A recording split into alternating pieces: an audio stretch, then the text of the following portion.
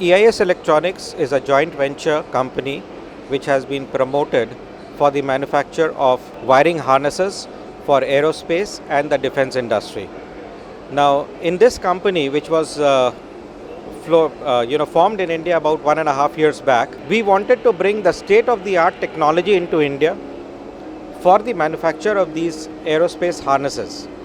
And what we had felt earlier was that very few Indian companies were there in this particular space and were able to offer state-of-the-art manufacturing facility for the production of these harnesses, very special harnesses. And after the company was set up, the facility was inspected by the Airbus team. We got the approval from Airbus, and since then we have been manufacturing these harnesses for the Airbus series of aircrafts, including the 320, the 380. We are also their risk share partners for the 350 series of aircrafts, which will be launched very soon. We are now also venturing out into other production facility, other companies in India like HAL, like BEL, and Larsen and Toubro and the other companies. We would like to be able to manufacture harnesses to meet their requirements also, but typically for the defense and aerospace space only. The Indian manufacturing unit is located in Kanpur. As I said, this facility was set up about 1.5 years back, and it is a very modern state-of-the-art manufacturing unit where we have all the equipment which is required for the production of the harness as well as for the printing and testing of these harnesses. EIS Electronics India is part of the German group of companies called the EIS Electronics, and the German company has been in this business for the last 30 years. And in the last 30 years, they have been involved with a lot of prestigious projects, including, for example, the Airbus series, as I mentioned, the Ariane rocket launchers. We are still manufacturing the harnesses for the upper stage launchers. We also have the facility to manufacture harnesses for satellites. We are currently working on the Galileo project. Then we are making for some of the defense requirements, like we have the facility to repair and manufacture the harnesses for tank equipment, communication systems, UAV ground stations, and similar projects. Some of these facilities, some of these capabilities we would definitely like to bring into India also sooner rather than later. For the existing customers, we provide them with a manufacturing base in India. Now, one of the biggest advantages of this manufacturing base in India is that, as you know, for defense acquisition, there is a policy of offsets.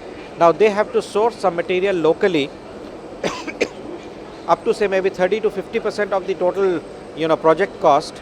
The material has to be sourced locally from within India. Especially in the aerospace industry, there are not many opportunities to do so, and as a result of which the foreign companies are shying away from coming into India. So we, on our part, are trying to provide them with that kind of a facility wherein they can source aerospace standard products even in India. And that is one of the primary reasons for us setting up base in India. Secondly, being based in India, also we are able to give them a very big competitive edge as far as the cost of production is concerned, without compromising on the quality that we have in our German facility. One of the biggest challenges that we are facing here in India is the procurement process. And not only in defense, even in the aviation business, the procurement process per se, goes through a lot of hassles, I would say. It is very time consuming. It is time taking, and even after a lot of time is consumed, at the end of the day, sometimes the project does not see the light of the day. Now, this is one of the biggest challenges that we have over here. If we are able to surmount these challenges, I am sure the Indian industry, aerospace industry, and there are many companies like this, will be able to offer to the global customer products which are of international standard, very competitively priced, and India will soon become a very big manufacturing hub for the aerospace industry internationally. And we could probably, have a situation where we would be able to replicate what happened in the automobile industry, where from the development of the component industry we became world manufacturers of automobile vehicles. And I personally feel that that kind of an impact is possible even in the aerospace industry. No, I didn't say that we are not meeting international standards.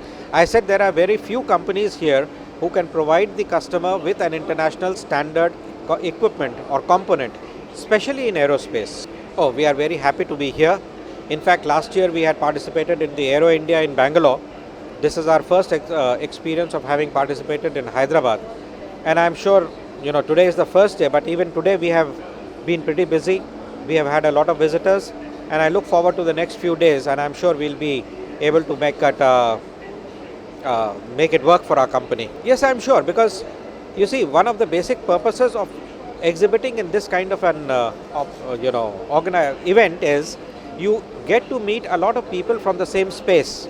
Secondly, you are able to connect with your customers, you are able to connect with potential customers, and you are able to network with people. So that is the biggest advantage that you have in participation in these events, which I am sure will be happening to us also over here. Sir, actually footfall is not important. You see, even if we are able to link up with one good customer, that is good enough for us. So it is not on the number of visitors that we have, but the quality of visitors.